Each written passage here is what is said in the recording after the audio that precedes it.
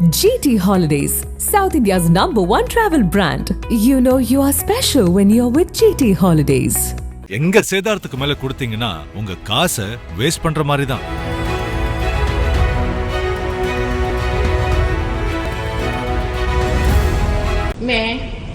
मैं सूर्यकांत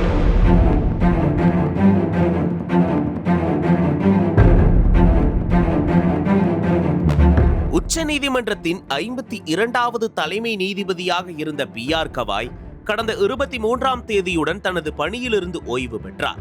இந்நிலையில் மும்பை உயர்நீதிமன்ற தலைமை நீதிபதியாக இருந்த அலோக் ஆராதே, பாட்னா உயர்நீதிமன்ற தலைமை நீதிபதியாக இருந்த விபுல்யம் பாஞ்சோலி ஆகிய இருவரையும் உச்சநீதிமன்ற கொலீஜியம் கடந்த ஆகஸ்ட் மாதம் உச்சநீதிமன்ற நீதிபதி பதவிக்கு பரிந்துரைத்தது. இதனிடையே பாஞ்சோலியை பரிந்துரை செய்வதற்கு உச்சநீதிமன்றம் கொலீஜிய உறுப்பினரான நீதிபதிகள் நாகரத்னா கடும் எதிர்ப்பு தெரிவித்தார். அவருக்கு உச்சநீதிமன்ற நீதிபதி பொறுப்பு வழங்கப்பட்டால் கொலீஜியத்தின் நம்பகத்தன்மை குறையும் என்றும் எதிர்ப்பு தெரிவித்தார். ஆனால் தலைமை நீதிபதி கவாய் தலைமையின் கீழ் செயல்பட்டு வந்த சூரியகாந்த், விக்ரம்நாத், JK மகேஸ்வரி மற்றும் நாகரத்னா ஆகிய 5 உறுப்பினர்களை கொண்ட கொலீஜியத்தில் நாகரத்னா தவிர மற்ற 4 பேரும் பாஞ்சோலியை பரிந்துரைத்தனர். இந்த சூழலில் கடந்த அக்டோபர் 30ஆம் தேதி உச்சநீதிமன்ற தலைமை நீதிபதியாக சூரியகாந்த் நியமிக்கப்பட்ட நிலையில் அடுத்த 15 மாதங்களுக்கு, அதாவது 2027ஆம் ஆண்டு பிப்ரவரி 9ஆம் தேதி வரை அவர் பதவியில் நீடிப்பார் என தெரிவிக்கப்பட்டுள்ளது. ஜம்மு காஷ்மீர் சிறப்பு அந்தஸ்து நீக்கம், சட்டப்பிரிவு 370 நீக்கம், பீகார் வாக்காளர் பட்டியல் சிறப்பு திருத்தம் உள்ளிட்ட பல வரலாற்று சிறப்புமிக்க வழக்குகளில் தீர்ப்புகளை வழங்கிய உச்சநீதிமன்ற அமர்வுகளில் நீதிபதி சூரியகாந்த் இடம்பெற்றிருந்தார். இதனிடையே யார் இந்த சூரியகாந்த் என அலசி பார்த்தபோது அதில் பல்வேறு தகவல்கள் புதைந்திருக்கிறது. ஹரியானா மாநிலம் ஹிசார் மாவட்டத்தில் நடுத்தர குடும்பத்தில் பிறந்த சூரியகாந்த் தனது பள்ளி மற்றும் கல்லூரி படிப்பை அங்கேயே முடித்தார். இதன் நீட்சியாக 1984ஆம் ஆண்டு ஹிசார் மாவட்ட நீதிமன்றத்தில் வழக்கறிஞராக இருந்த சூரியகாந்த் பின்னர் சண்டிகர், பஞ்சாப், ஹரியானா ஆகிய உயர்நீதிமன்றங்களில் வழக்கறிஞராக இருந்தார்.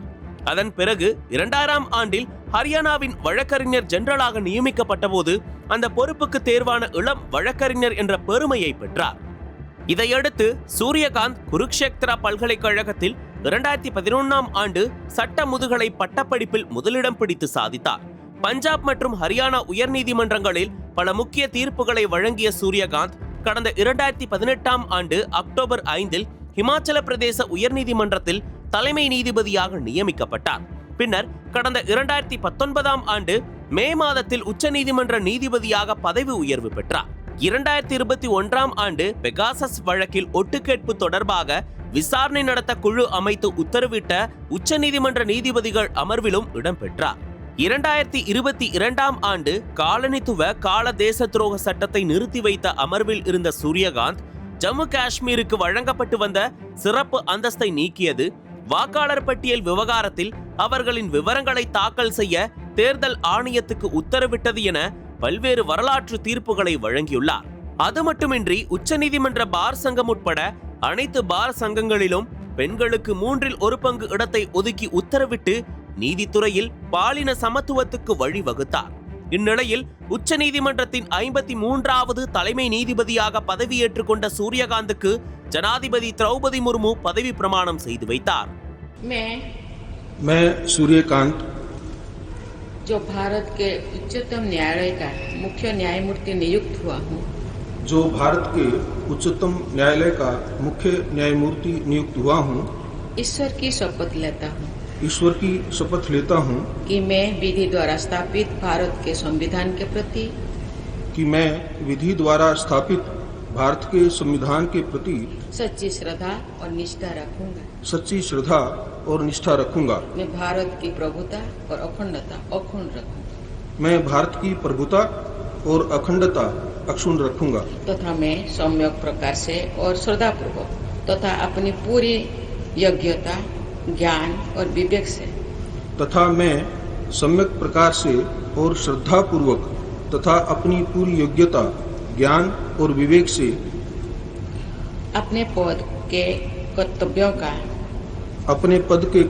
का भय या पक्षपात, अनुराग या देश के बिना पालन करूंगा। भय या पक्षपात, अनुराग या द्वेष के बिना पालन करूंगा तथा मैं संविधान और विधियों की मर्यादा बनाए रखूं। तथा मैं संविधान और विधियों की मर्यादा बनाए रखूंगा।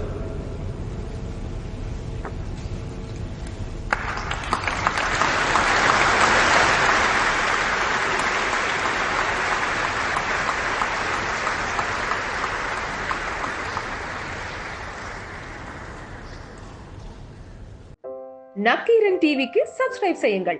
உங்கள் ஆதரவே எங்கள் பலம். ஆசிரியர்களுக்கு நண்பனாகவும் மாணவர்களுக்கு ஆசானாகவும் திகழும் தேர்வு வழிகாட்டி. ஒவ்வொரு பாடத்திற்கும் அனுபவமிக்க ஆசிரியர்களின் துல்லியமான தெளிவான விடைகள். CNC இருக்கு, தேர்வு பயம் எதற்கு? இது தீரன் பப்ளிஷிங் ஹவுஸ் விற்பனை வெளியீடு.